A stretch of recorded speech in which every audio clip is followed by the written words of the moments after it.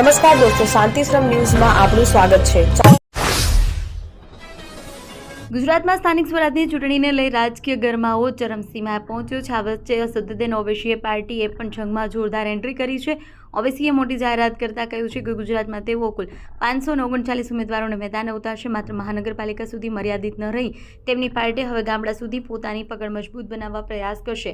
Party 29 તાલુકા પંચાયત અને 40 જિલ્લા પંચાયતોમાં પણ ઉમેદવારો ઊભા કરશે। સાથે જ ઓવૈસીએ ગુજરાત સરકાર પર નિશાન સાધતા યુનિફોર્મ સિવિલ કોડ અને અશાંત ધારા કાયદા પર કડક ટિપ્પણી કરી છે।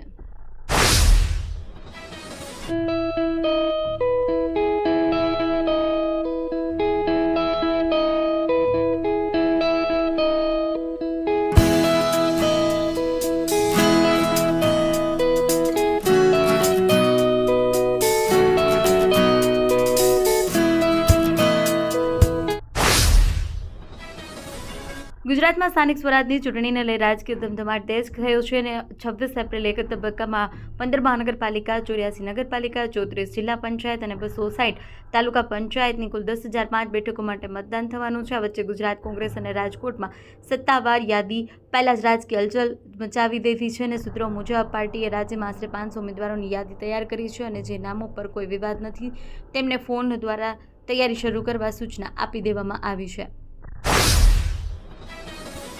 પાકિસ્તાનમાં ઇઝરાયલ અમેરિકાના ઈરાન સાથેના યુદ્ધની અસર દેખાઈ રહી છે। આગામી 6 મહિના સુધી મંત્રીઓનો પગાર રોકી દેવામાં આવ્યો છે। 2 દિવસ પહેલા પેટ્રોલ ₹137 અને ડીઝલ ₹184 મોંઘું કરવામાં આવ્યું। જોકે દેશભરમાં વિરોધ થતો શુક્રવારે સરકારે પેટ્રોલ ₹80 સસ્તું કરી દીધું છે અને હવે પાકિસ્તાન પેટ્રોલ ₹378 પ્રતિ લીટર મળશે। ડીઝલ વધેલી કિંમત ₹520.35 પ્રતિ લીટર પર રહેશે।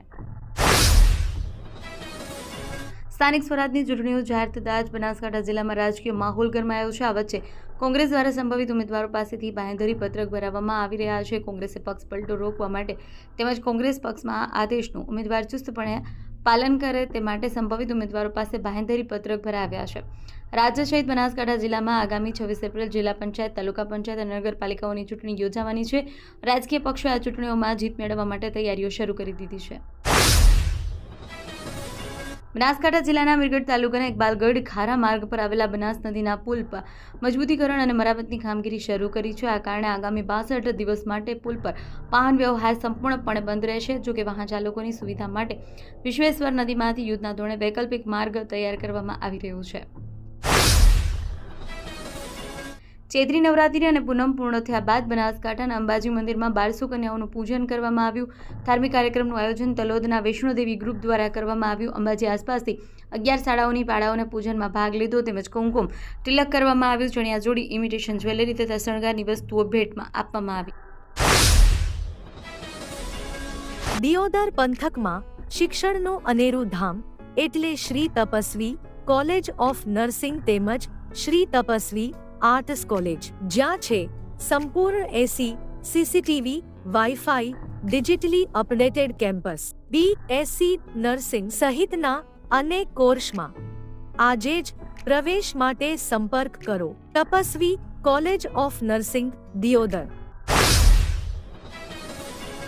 રાજ્ય ચૂંટણી આયોગ દ્વારા એપ્રિલ 2026માં યોજાનારી સ્થાનિક સ્વરાજની સંસ્થાઓની સામાન્ય પેટા ચૂંટણીનો કાર્યક્રમ જાહેર કરવામાં આવ્યો છે। જાહેરાત સાથે સમગ્ર વાવ થરાદ જિલ્લામાં આદર્શ આચારસંહિતા અમલ કરવામાં આવી છે।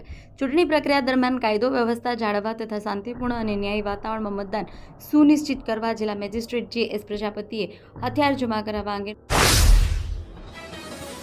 બનાસકાંઠા જિલ્લા પ્રસિદ્ધ યાત્રાધામ અંબાજી ખાતે દેશના વિવિધ રાજ્યોમાં આવેલા સાધુ સંતોમાં અંબાના શિખર પર ધ્વજા અર્પણ કરી આશીર્વાદ મેળવ્યા।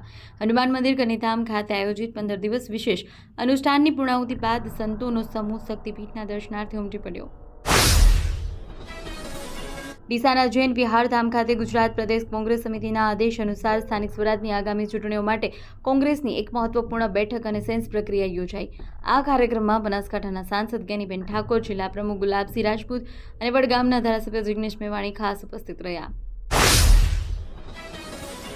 રાજકોટના મેટોડા GICTC ગેટ નંબર 1માં આવેલા એક રબરના ગોડાઉનમાં બપોરના અચાનક ભીષણ આગ ફાટી નીકળતા દોડધામ મચી। રબરનો જથ્થો હોવાને કારણે આગ જોતજોતામાં વિકરાળ સ્વરૂપ ધારણ કરી લીધું। ફેક્ટરીમાંથી ધુમાડાના કાળા વાદળો કાલાવડ રોડ હાઈવે પર આકાશમાં ઊંચે 1 કિલોમીટર સુધી દેખાતા આસપાસના અન્ય કારખાનાના શ્રમિકોમાં પણ ફફડાટ વ્યાપી ગયો। હોર્મુઝ સ્ટ્રેટમાંથી ભારત માટે વધુ એક સારા સમાચાર આવ્યા. ભારતીય ધ્વજાવાળા એલપીજી ટેન્કર ગ્રીન સાનવી હોર્મુઝ સ્ટ્રેટમાંથી સફળતાપૂર્વક પસાર થયું છે. આ જહાજ આશરે 44,000 મેટ્રિક ટન એલપીજી લઈ રહ્યું હતું. ટેન્કર શુક્રવારે હોર્મુઝ સ્ટ્રેટમાંથી પસાર થયું અને 6 એપ્રિલ સુધીમાં મુંબઈ પહોંચવાની અપેક્ષા છે.